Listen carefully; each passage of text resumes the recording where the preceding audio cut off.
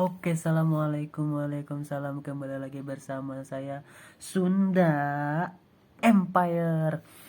Oke, di sini kita akan membahas suatu materi. Aduh, kameranya agak gini. Di sini kita akan membahas suatu materi yang berjudul pengembangan instrumen penilaian bahasa Arab. Oke, sebelum kita ke pembahasan instrumen, kita harus mengetahui dulu apa itu tujuan penilaian. Oke, duh, kameranya jelek. Tujuan penilaian adalah untuk mengetahui pencapaian siswa dalam pemahamannya. Maka dari itu, kita dilakukan dengan instrumen-instrumen. Nah, sebelum ke instrumen, kita harus membahas dulu apa itu ruang lingkupnya. Apa itu ruang lingkupnya penilaian bahasa Arab, yaitu yang terdiri dari 4, yaitu 1. Pembelajaran maharoh istima, kalam, kitabah, dan kiroah. Oke, tanpa berlama-lama lagi kita bahas yang pertama. Yang pertama adalah istima. Istima, kemahiran istima atau menyimak di sini bukan berarti mendengar. Kalau mendengar, kau tidak tahu, kau tidak fokus pada yang didengar. Tapi jika kau menyimak, kau akan tahu apa yang kamu simak, apa yang isi yang kamu simak. Seperti gini, kamu lagi belajar, kamu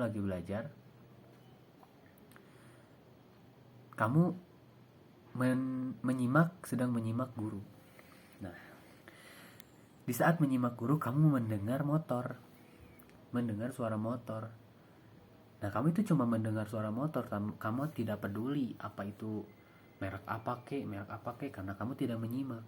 Sedangkan kalau menyimak, kamu menyimak, wah itu suara motor apa ya, merek apa ya, CBR, Pega, Mio. Nah, seperti itu menyimak. Sedangkan di dalam bahasa Arab, kegiatan menyimak ini adalah sangat penting dalam penilaian bahasa Arab. Karena apa?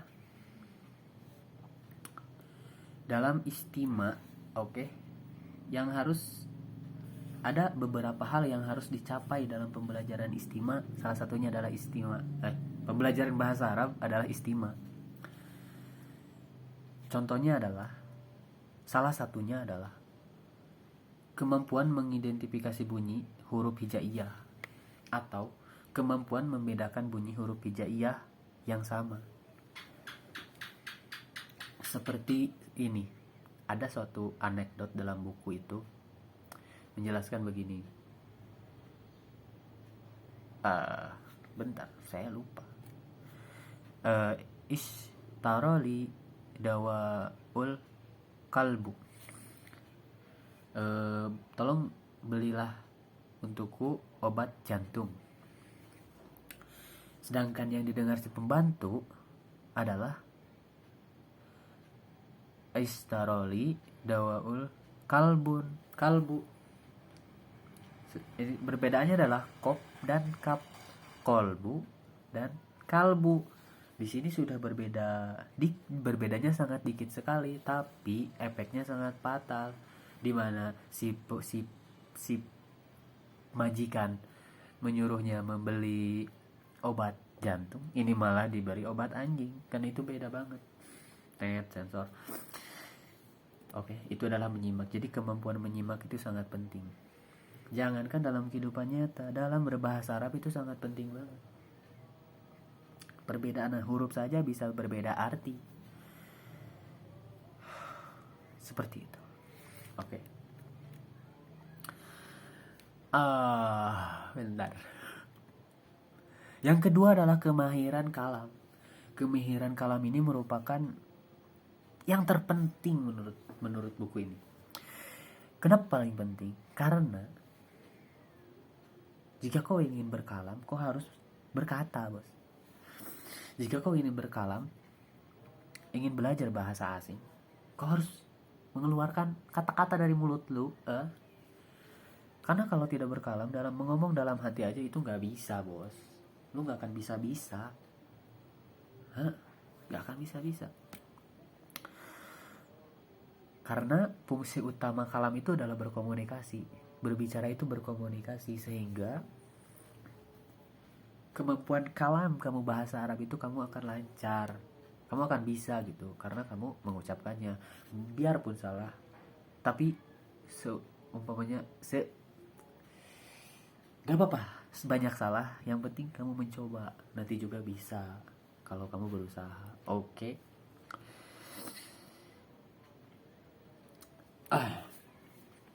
Tujuan dari ruang lingkup kalam ini adalah, salah satunya adalah siswa mampu mengucapkan bunyi huruf bahasa Arab dengan kefasihan dan pelafalan yang bisa diterima dan dipahami oleh pengguna bahasa Arab asli. Nah, jadi membaca bahasa Arab berkalam itu jangan kalam Indonesia, misalnya Indonesia di Arabkin, itu jangan.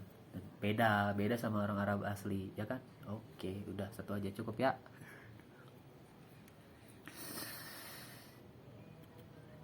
Yang ketiga adalah kemahiran qiraah atau membaca. Kemahiran dasar dalam berbahasa Arab ini juga penting sekali, bos. Penting sekali, namun meskipun kemahiran istimewa kalam lebih penting, namun kesempatan praktek ini untuk melatih keduanya sangat sedikit. Sebaliknya, kemahiran membaca justru lebih sering digunakan. Oke, karena kita sering membaca koran-koran, sering membaca majalah bahasa Arab, supaya kita lancar berkalamnya itu makin lancar, membaca dan berkalamnya itu makin lancar. Justru gitu juga bisa sambil menyimak apa yang kita baca. Oke, itu cukup segitu. Yang keempat adalah kemahiran menulis atau kitabah. Oke. Setelah kita menyimak, setelah kita membaca, dan setelah kita berkalam, nah, kita menulis atau kitabah itu juga tidak kalah penting dengan yang lalu-lalu. Jika kalam merupakan berkomunikasi dengan orang lain melalui kataan, menggunakan pikiran, oke. Jika membaca merupakan sarana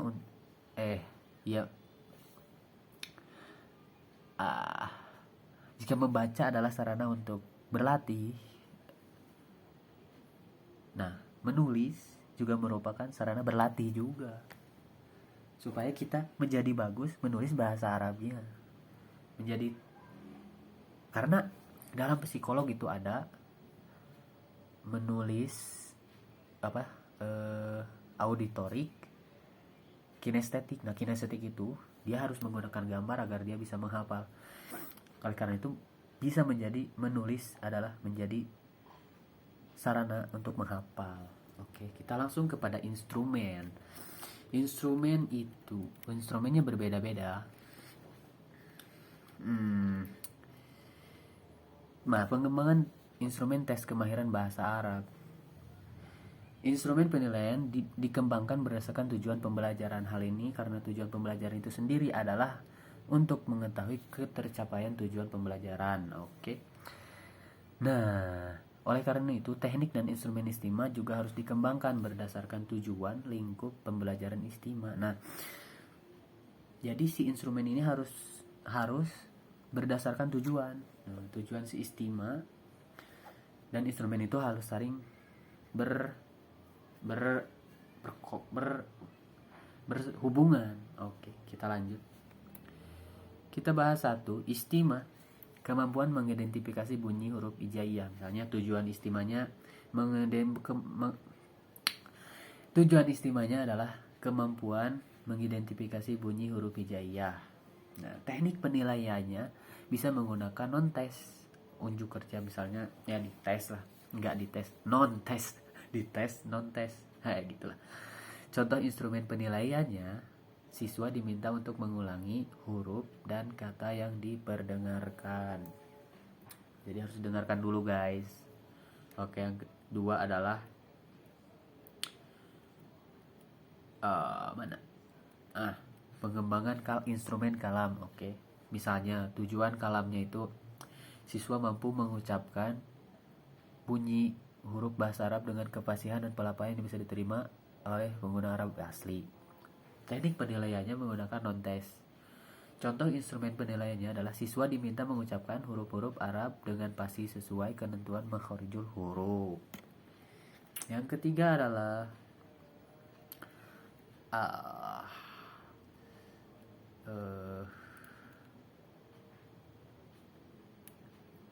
pengembangan instrumen qiraah, yang misalnya siswa mampu mengucapkan simbol-simbol yang ditulis dengan aksara Arab dengan mengucapkan pengucapan yang benar dan bisa diterima oleh pengguna bahasa Arab.